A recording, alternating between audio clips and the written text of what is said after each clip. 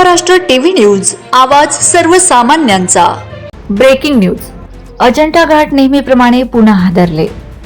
अजंठाकडून जळगावच्या दिशेने येत असलेले 2 ट्रक एकमेकांना धडकल्याने घाटात दोन्ही बाजूने वाहतूक ठप्प झाली होती। तसेच या अपघातात सहचालक किरकोळ जखमी झाला असून त्याला उपचारार्थ अजंठा ग्रामीण रुग्णालयात दाखल करण्यात आले। तसेच स्थानिक नागरिकांनी व अजंठा येथील पोलीस स्टेशनचे पोलीस कर्मचारी व अधिकाऱ्यांनी युद्ध पातळीवर वाहतूक सुरळीत करण्याचे प्रयत्न केलेत। मात्र घाट रस्ता रुंद असल्याने वाहन चालक व प्रवाशांना खूप त्रास सहन करावा लागला। तर काही वाहने वाकोद सेवणा मार्गे अजंठा असे वळविण्यात आली होती। तसेच काही प्रवासी बसेस ट्रॅफिकमध्ये अडकल्याने प्रवाशांना मनस्ताप देखील सहन करावा लागला।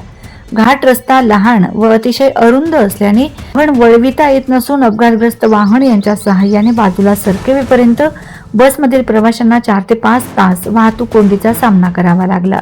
तसेच प्रशासनाने व नॅशनल हायवे ऑथोराइजने अजिंठा घाटाचे चौळीकरण करणे गरजेचे असताना देखील याकडे दुर्लक्ष करण्यात येत आहे।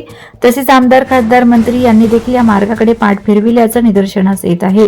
या घाटामध्ये आठवड्यातून 2 ते 3 दिवस वाहतूक कोंडी होत असते तरी देखील या अरुंद रस्त्याला मोठ्या रस्त्याचं स्वरूप देण्यात येत नाहीये।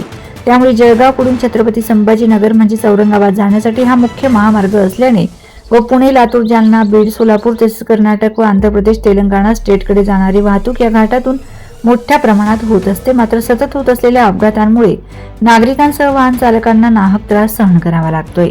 वंदे महाराष्ट्र टीव्ही मीडिया प्रतिनिधी अकबर पटेल, जळगाव।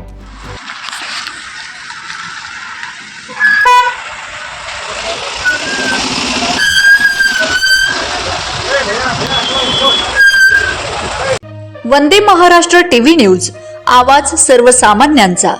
अशाच नवनवीन बातम्या पाहण्यासाठी आमच्या चॅनलला सबस्क्राइब करा, बेल आयकॉनला क्लिक करा।